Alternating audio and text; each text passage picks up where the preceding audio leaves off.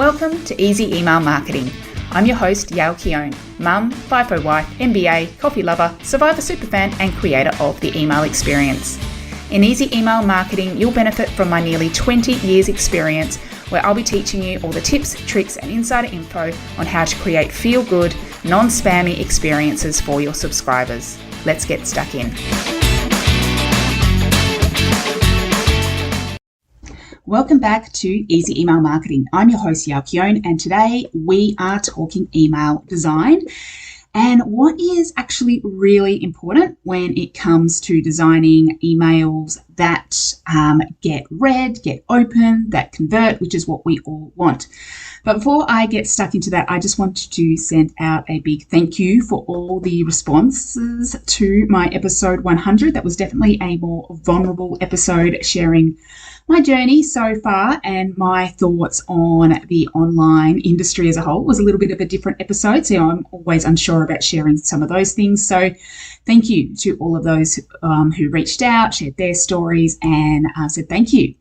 But now today I'm excited to get back into the normal programming and focus in on some of the essentials when it comes to email marketing. And what is more essential and basic is the actual look and feel of your emails. It underlines everything you do. But I see a lot of mistakes being made here, and it's honestly often with good intent. I get it. You want your emails to look pretty. You want them just to be like really aesthetically pleasing. But we do need to remember that email marketing is primarily a written medium, and its purpose is communicating something. Communicating something important to your leads, to your customers, or to your clients. So this is what we want to focus on. So inside this episode, I'm going to be sharing what I believe are the three most important areas that you need to look at when designing your emails, and none of them are to do with your photos or the banners, etc.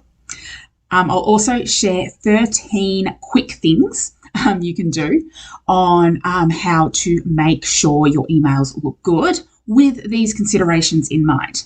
And then I'll share one quick hack, one secret ingredient that will help make everything so much easier for you. So we're going to start a bit broad. You might start thinking, oh, that's a little bit overwhelming about all the different things you need to think about. But don't worry, I've got you covered, and I'll be wrapping it up nicely with the solution.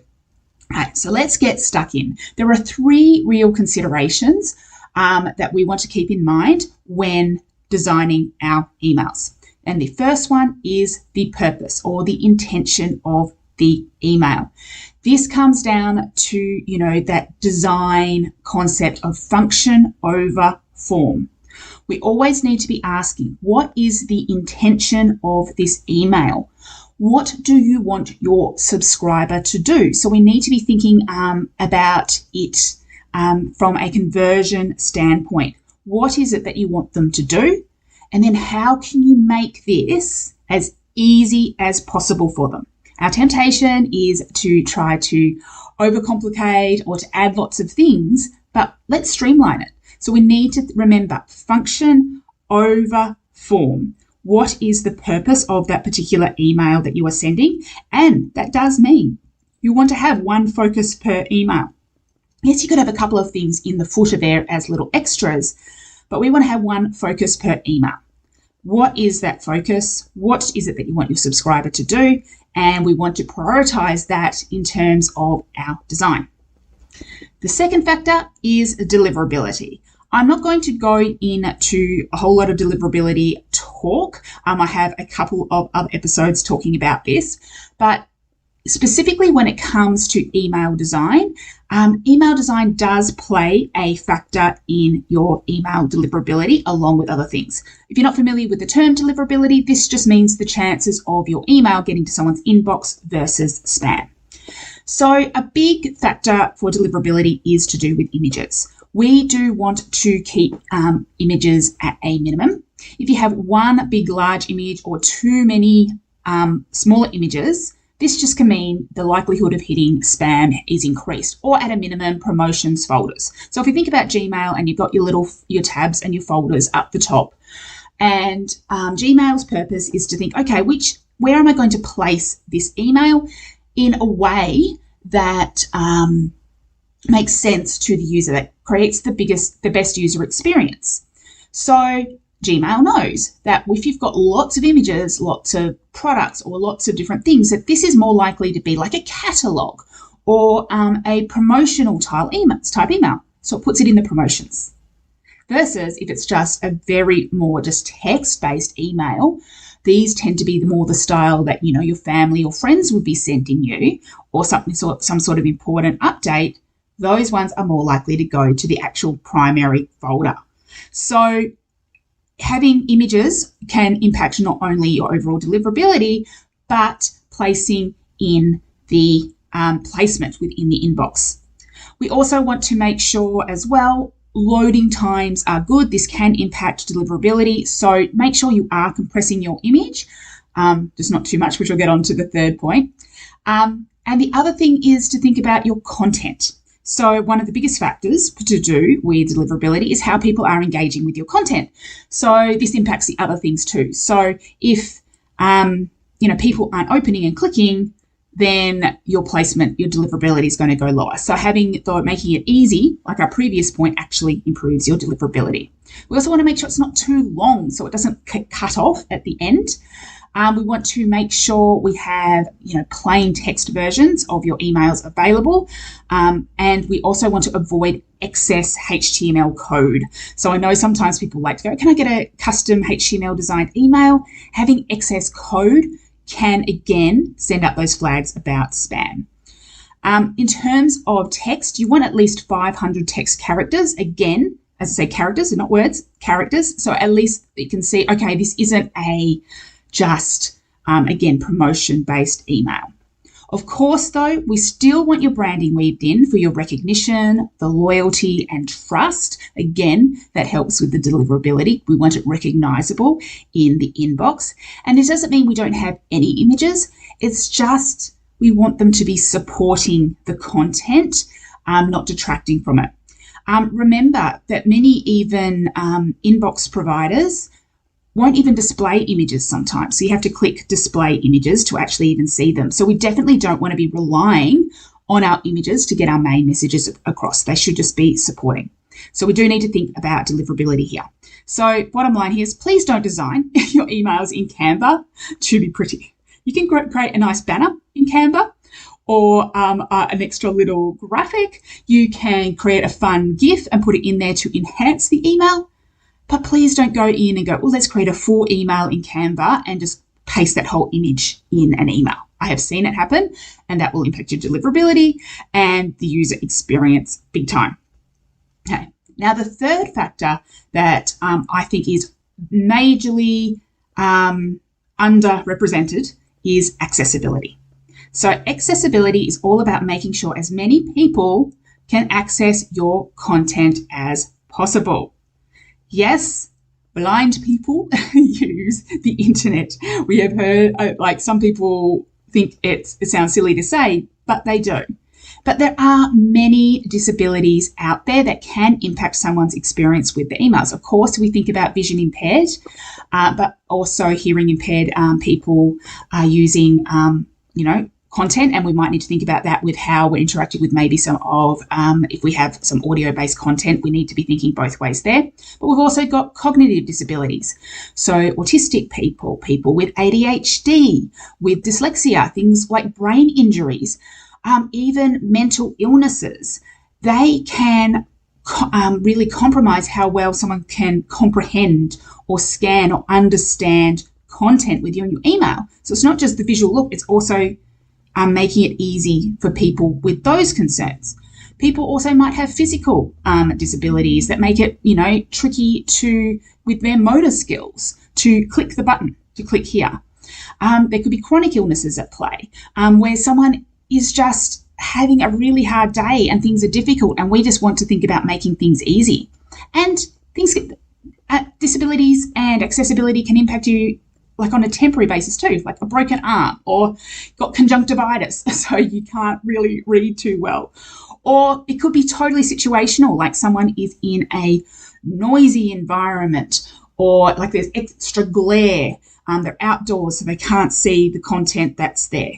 We need to be thinking about this in our design. Another layer of accessibility as well is slow internet speeds, because that's sort of to do with equity as well. So we've got a whole different layer of things here to consider. So how does this impact emails in particular? Well, the first thing is to do with legibility. So this is just making sure emails are spaced really well. Like we use great white space. We've got short sentences. Our words are easy to understand. We are using headings and not just bold text. This is very important for screen readers. So actually using H1, H2, H3 tags instead of just bolding text because it's quicker and easier. Making sure it's just easily scannable. Left alignment apparently actually makes it a lot easier to read as well. In terms of typography, sans serif, so without the little serif lines, is actually easy to read. And making sure the font is large enough for people to read. Please don't have it super, super small. Of course, people can increase the size, so you don't need to be having size 20 font, but make it a decent size in the beginning. And also use a font that have a backup font. Because what happens is with email software, if the particular font that you use for your brand isn't installed on someone's local computer, it will just replace it with something standard, likely like Times New Roman or something. It'll try to match it closely, but you can sometimes choose a backup font as well. Color contrast is important as well. Please, making sure you're not putting like white on like a light pastel text. Make things stand out that you need to stand out, and having, thinking about the backgrounds. Actually having pure black or pure white can actually be too harsh for some people as well. So having it a little bit off can actually be helpful. Also make sure you've got alt text on your images. Again, this comes back to screen readers. So if there is no alt text for an image and you've got something really important that image says, then people with a vision impairment can't see it and the screen readers can't read it out. So that's what alt text is there for. Now, you do not need to go down and describe in uber amounts of detail something that is more about aesthetics. But if it's something functional, please make sure you are mentioning what is there. So people go to varying degrees about how descriptive you are, and often that comes down to personal preference of the user. So some people like elaborate descriptions, some people like short ones. I'm very functional focused, so I go with the short ones. But to help the scannability, etc., using symbols, like commonly used symbols or icons to make something easier to understand, or like scannable. So again, like a refund symbol or a shipping symbol, or like a quality stamp. Like some of those can just really make something scannable so people can go to the correct point in the emails. But with those ones, definitely make sure you've got that alt text in place. And while for deliverability, I mentioned we want to have the images compressed, small enough so the loading times aren't great. We still want to make sure they're high enough quality so that, it's not too pixelated for people with vision impairments. And we want to make actions obvious and easily clickable. So again, having those big buttons, those high contrast colors, and easily clickable on all devices. So not making like the button really small that you need to click, not making the unsubscribe so small that people can click. So there is a bit to think about here, and this is a whole area I am going to be exploring in much more depth in the coming months. It's becoming a bigger priority for me to be teaching through my content, but I just wanted to flag this during this email design process, because the bottom line is about 18% of Australians have a disability. So it could be potential up to 20% of like your audience has some form of disability. Another interesting stat is disabled people are 43% more likely to be self-employed. So if you're in the business-to-business space, like I am, especially in the small business to small business, then the chances of your customers being disabled is actually increased significantly. And also, just interestingly, people with a disability are 3 times as likely to avoid an organisation and twice as likely to dissuade others because of an organisation's negative diversity reputation. So that's from the Australian Disability Network statistics. They provided some stats around there. So we're not just thinking about, okay, it's not just like one bad experience can really put them off and then they will avoid you completely. Then they will tell their friends. Or if they have a great experience, they will tell their friends. So we want to have that positive reputation because remember, even if you can't serve that exact disability, they have family and friends, that they are sharing with too. So please do not disregard this. Think about this with your email design. Okay, so all of that sounds like a lot. We're thinking about your purpose, so your function over form. We're thinking about deliverability, and we're thinking about accessibility. But I do have some good news for you. All of these factors I mentioned can be supported with very common principles. They are very similar. It comes back to this concept of universal design, coined by Ronald Mace. And the definition of universal design is that it is the design of products and environments to be usable to the greatest extent possible by people of all ages and abilities. So when it comes to email, in the scheme of things, it's actually really easy to do this with. So here are my 13 things that I think you need to implement. So this is your quick checklist. Okay, 1, clean, spacious, and scannable. Is it just beautifully spaced out and scannable? 2, use headings. So your headings tags, not just bold text. 3, your call to action is obvious and easy to click. 4, your colours are high contrast. 5, the font is large enough to be read and it is common, so it will appear in most software. 6, text is prioritised over images. 7, the images are there to enhance or support, not to take over. 8, images are compressed but still clear. 9, alt text is included for images, especially the ones that are functional. 10, keep it on brand, so your trust factor comes into play, so it's recognisable and so it still looks nice, right? 11, make sure, of course, it is mobile responsive, and what we are thinking about all these previous factors for the mobile version as well. 12, that there is a plain text version available. And 13, that it works in dark mode as well. I personally use dark mode a lot, and if you are forcing white backgrounds on a lot of your things, it really can detract from the message and actually can make it not look that great. So they are the quick items that you can check off to make sure that your emails are as functional, as deliverable, and as accessible as possible while still looking good. So I'll bring this all together by sharing my biggest tip on how to make this easy. And it is simple. Create templates.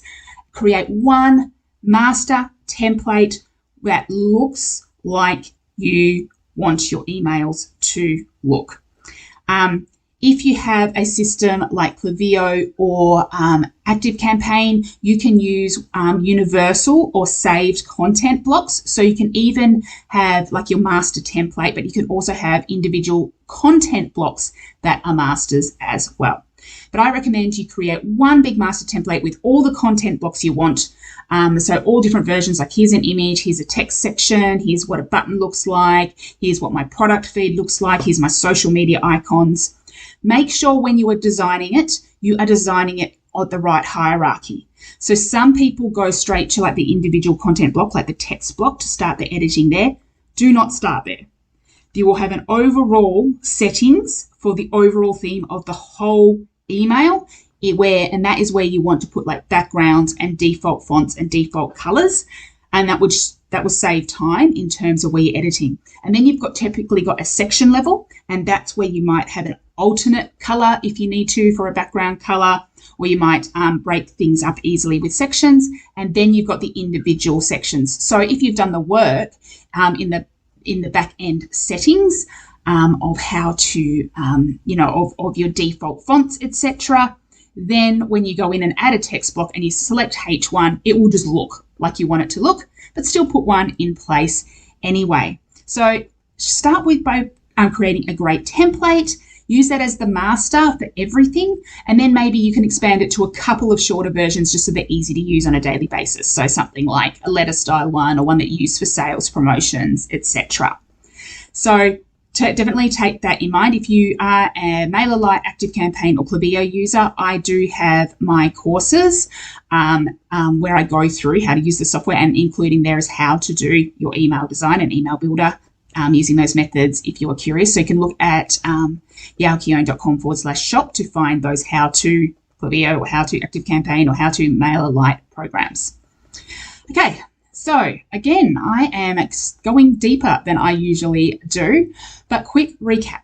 We want to make sure our emails are accessible and as usable by as many people as possible. And this should really underline how we are creating our emails and designing them. So much more important than making them pretty. But we can make design pretty still anyway through making it clean, making it on brand, and just making it easy to use. Because remember, function over form, we're all about how can we get the most people to take the action, take that next step, to understand what this email is about, to help them. And that is the most important thing. If you want more guidance on all this best practice email design, I can recommend my Engaging Emails course, where I help you write emails that your subscribers want to read by understanding what makes them great, creating open-worthy content, and sharing tactics to increase those opens, clicks, and conversions. There is a whole section dedicated to design in there as well. You can grab it at yaelkeown.com/engage. Thank you so much for joining me today. I would love to hear from you about what you've enjoyed from this episode or what you want to know more about in future. Please let me know over on Instagram. I'm at yaelkeown, and I'll see you in the next episode. Thank you for listening to Easy Email Marketing. It's an absolute honour that you chose to listen. If you love this episode, then it would mean the world to me if you could leave a review so that others can find this podcast and make their email marketing easy too. Finally, make sure to subscribe so that you don't miss a thing. Until next time, have an awesome day and make sure to keep showing up and serving in those inboxes.